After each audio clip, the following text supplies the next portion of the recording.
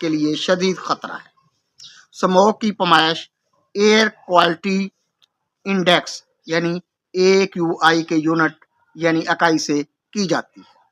اس کے معلوم کرنے کا طریقہ یہ ہے کہ فضائی آلودگی کا پورے دن کا ڈیٹا یعنی اعداد و شمار جمع کریں، جس سے اوس فی مربع میٹر ہوا میں آلودہ ذرات کی مقدار معلوم ہو جاتی ہے۔